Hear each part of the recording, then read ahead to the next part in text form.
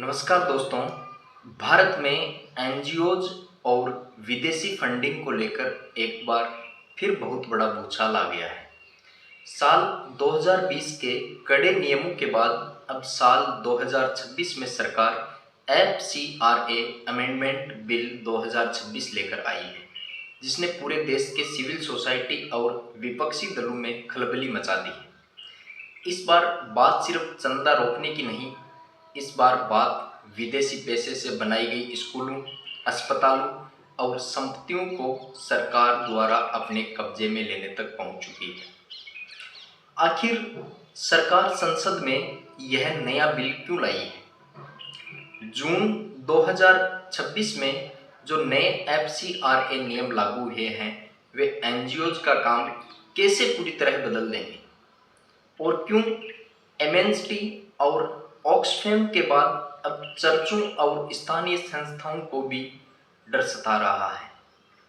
आज के इस वीडियो में हम इतिहास से लेकर 2026 के इस सबसे बड़े और सबसे नए बदलाव को बहुत ही आसान भाषा में समझेंगे। वीडियो अंत तक जरूर देखिएगा, क्योंकि यह भारत की आंतरिक सुरक्षा और लोकतांत्रिक व्यवस्था से जुड़ा बेहद गंभीर मुद्दा है। सबसे पहले बुनियादी बात समझते हैं। एफसीआरए का फुल फॉर्म है फॉरेन कंट्रीब्यूशन रेगुलेशन एक्ट, यानी विदेशी अंशदान नियमन अधिनियम। सीधे शब्दों में, यदि भारत का कोई भी व्यक्ति, एनजीओ या संस्था विदेश से कोई दान या फंड लेती है, तो उसे इस कानून के कड़े नियमों का पालन करना पड़ता है। इस कानून की शुरुआत साल 1976 में इमरजेंसी के दौरान इंदिरा गांधी की सरकार ने की थी। उस समय सरकार को डर था कि विदेशी ताकतें भारत के चुनाव, नेताओं और पत्रकारों को पैसा देकर देश की आंतरिक सुरक्षा को प्रभावित कर सकती है।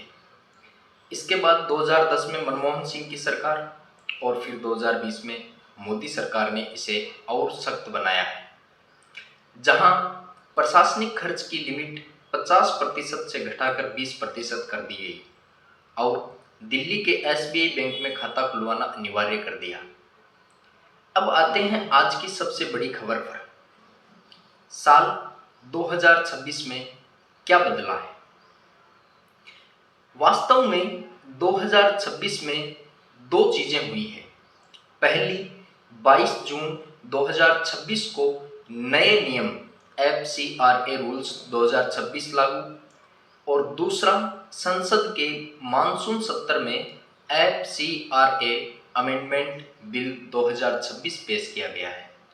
आइए इसके 4 सबसे बड़े और खतरनाक दिखने वाले बदलावों को समझते हैं। नंबर 1, संपत्तियों पर सरकार का अधिकार। 2026 के नए बिल का सबसे बड़ा प्रावधान यह है कि यदि किसी एनजीओ का एफसीआरए लाइसेंस रद्द होता है, खत्म होता है या वह खुद सरेंडर करता है, तो विदेशी पैसे से बनाई गई संपत्ति जैसे स्कूल, अस्पताल, जमीन को संभालने के लिए सरकार एक डेजिग्नेटेड अथॉरिटी, नामित प्राधिकारी बनाएगी। यह अथॉरिटी उस संपत्ति को अपने कब्जे में ले सकती है और उसे मैनेज या डिस्पोज भी कर सकती है। नंबर 2, न्यूनतम उपयोग सीमा।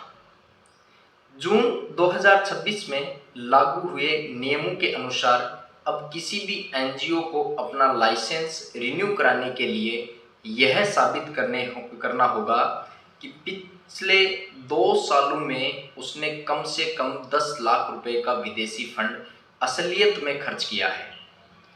जो एनजीओज एक्टिव नहीं हैं, उनका लाइसेंस रिन्यू नहीं होगा। नंबर 3, सोशल मीडिया और डिजिटल पहचान का खुलासा। अब नए नियमों के तहत एनजीओज को अपने सभी ऑफिशियल सोशल मीडिया हैंडल्स और वेबसाइट की जानकारी सरकार को देनी होगी। साथ ही विदेशी चंदा देने वाले असली डोनर की पहचान भी उजागर करनी होगी। नंबर 4, सजा में बदलाव। एक दिलचस्प बदलाव यह भी है कि कुछ उल्लंघनों के लिए अधिकतम जेल की सजा को 5 साल से घटाकर 1 साल कर दिया गया।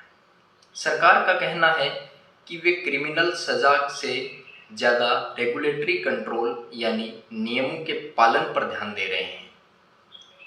अब सवाल यह उठता है कि सरकार 2026 में इतने बड़े बदलाव क्यों ला रही है।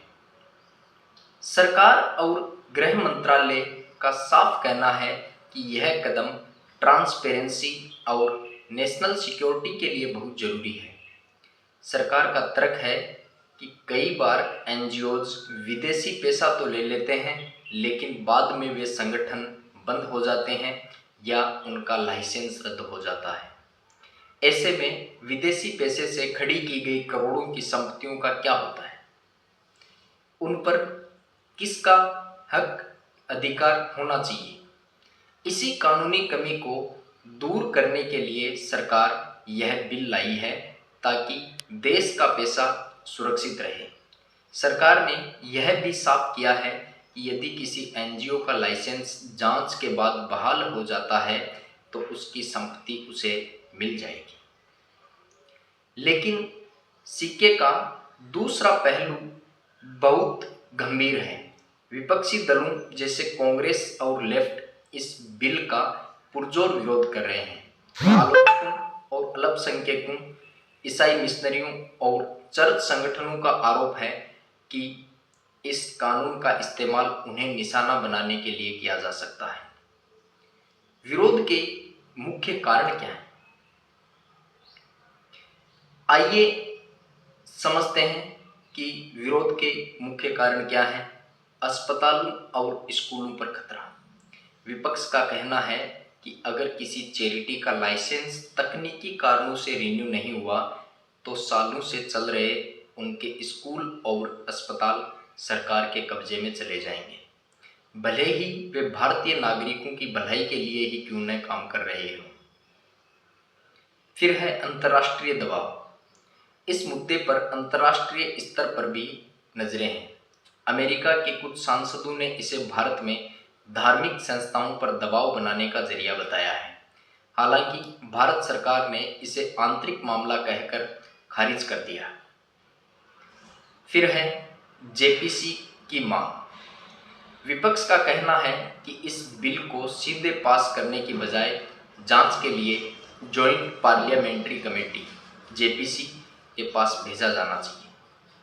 तो दोस्तों, निष्कर्ष यह है कि एफसीआरए अमेंडमेंट 2026 भारत में एनजीओज के काम करने के तरीके को पूरी तरह बदलने जा रहा है। एक तरफ जहां सरकार विदेशी पैसे के हर 1 रुपए का हिसाब रखकर नेशनल सिक्योरिटी को मजबूत करना चाहती है, वहीं दूसरी तरफ यह डर भी बना हुआ है कि अत्यधिक सख्त नियमों के कारण देश में समाज सेवा करने वाले वास्तविक संगठनों का दम न घुट जाए। हम 2026 के इस नए बिल पर आपकी क्या राय है? क्या सरकार का संपत्तियों पर नियंत्रण का यह नया नियम सही है? कमेंट बॉक्स में अपनी राय जरूर साझा करें। वीडियो इन्फॉर्मेटिव लगा हो तो इसे लाइक करें, दोस्तों के साथ शेयर करें और ऐसी ही और दिलचस्प वीडियो देखने के लिए हमसे जुड़े रहें। मिलते हैं अगले वीडियो में। धन्यवाद। जय हिंद, जय भारत।